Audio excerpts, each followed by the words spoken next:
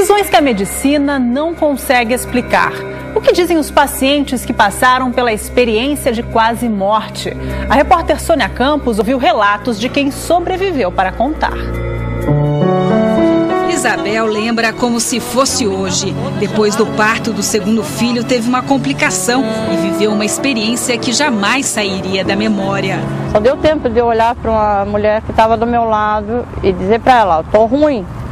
E nisso eu comecei uma viagem por um túnel de luz. E no final desse túnel eu via um ser iluminado com as mãos, os braços abertos, assim, que me chamava. Vem, eu estou te esperando. Mas no meu subconsciente eu não queria ir, eu não estava preparada para ir, porque eu tinha uma filha pequenininha que eu deixei em casa e tinha o outro que acabou de nascer. Para a neurociência, a formação de imagens no cérebro pode ser explicada pela falta de oxigênio. A psicologia entende que é a forma que o paciente encontra para lidar com o momento. Mas esse médico, que trabalha há 17 anos na UTI de um hospital em Florianópolis, estuda uma outra hipótese. A que tenta comprovar que é possível ter outras vivências fora do corpo. Um desafio da ciência, e que alguns pesquisadores estão trabalhando nisso, é saber, número um, o que é isso? Não se sabe. Se tem hipóteses até agora, tá? Mas o desafio maior, e que tem alguns pesquisadores tentando fazer, que são médicos, e que estão trabalhando em emergências, eles estão monitorando pacientes com parada cardíaca, eles monitoram o eletroencefalograma, eles monitoram a oxigenação. Então, a hipótese da oxigenação pode ir para o espaço só nisso. Porque durante a parada cardíaca é possível manter uma certa oxigenação do corpo adequada. Durante a parada cardíaca se vê que o eletroencefalo está isoelétrico, como se fosse uma morte cerebral. Entendeu? Estão fazendo esses experimentos. Atualmente tem um grande experimento em curso. Tá? E o objetivo é dizer, número um, que as pessoas podem sobreviver além do corpo físico. Para essa ciência, são 5 as fases da experiência de quase morte.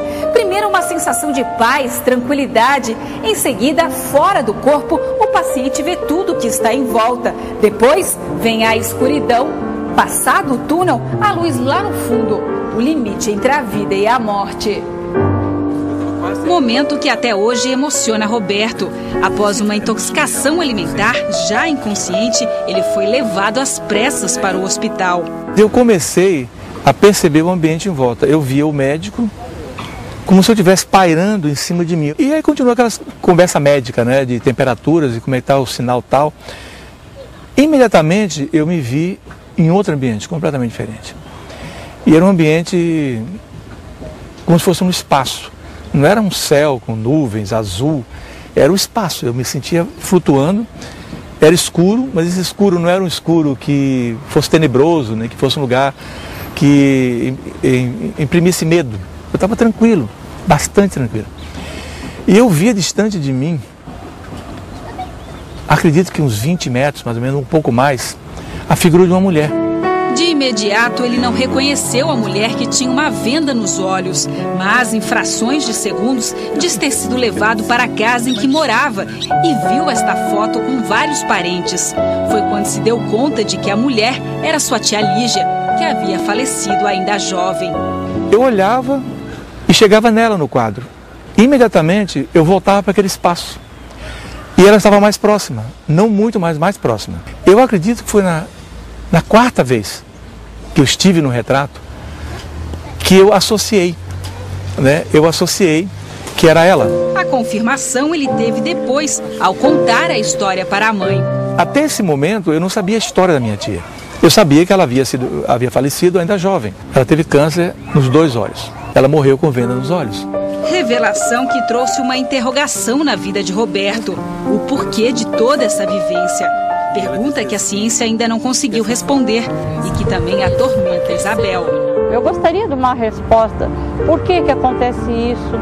Por que ocorreu isso comigo? Nada que eu li, com nenhuma pessoa que eu conversei, nada que me falaram, chegou tão próximo dessa sensação e dessa experiência que eu tive.